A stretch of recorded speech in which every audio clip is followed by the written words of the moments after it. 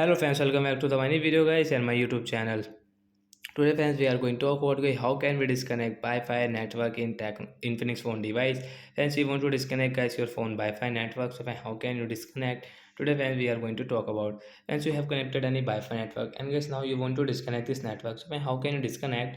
Today friends I will show you, I will tell you in this video guys. So friends, now let's see how can we disconnect Wi-Fi network. So friends, first of all open your phone setting to disconnect guys your phone Wi-Fi network.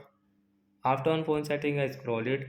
Friends, you can see guys your Infinix phone Wi-Fi setting. I will click on phone Wi-Fi setting. Friends, you can see guys I have connected guys this Mukesh Wi-Fi. So friends, how can I disconnect? Friends, I will press on this network. Friends, you can see a phone disconnect and forget option. So then we will click on disconnect option. Tap here to disconnect. Guys, you can see Wi-Fi network will saved in our phone. So guys, again guys, you want to use, so you will have to only click, and guys you can connect this network without enter password guys. Automatic Wi-Fi will connect.